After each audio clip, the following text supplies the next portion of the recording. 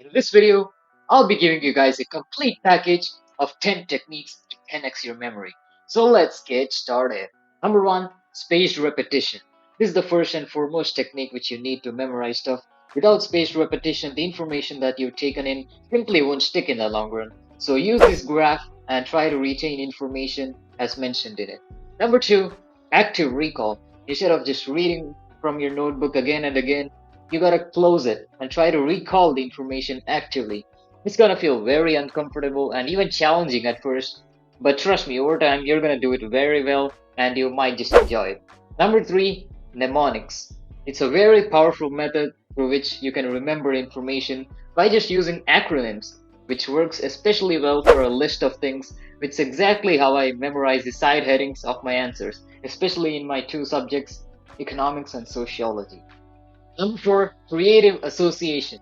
Basically, connect the information that you have with basically anything, even if it's imaginary. For example, GDP stands for gross domestic product, right? Just imagine someone taking a dump to remember it better. Get it? Gross domestic product. I understand that was a terrible example, but that's the point. The more surreal, exaggerated, and creative your associations are, the better, as the memory coach Jim Quick says.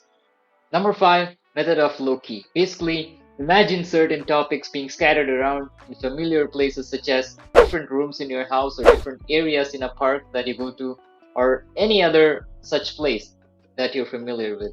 This will again help you to learn the information better by constructing a memory palace. Number 6, chunking. Instead of trying to remember the information all at once, just divide it into smaller parts. Focus on those individually and then connect them all. For example, instead of reading an entire sentence, divide it into 2 or 3 parts, read them individually and connect them. Number 7, visualization. For a more detailed explanation of this concept, you can watch my video on it in the iCard above. Basically, it's about visually imagining all the information in your notebook and going through it in your mind. And wherever you find information missing in your visual image, study that part again. Number 8, the flow state.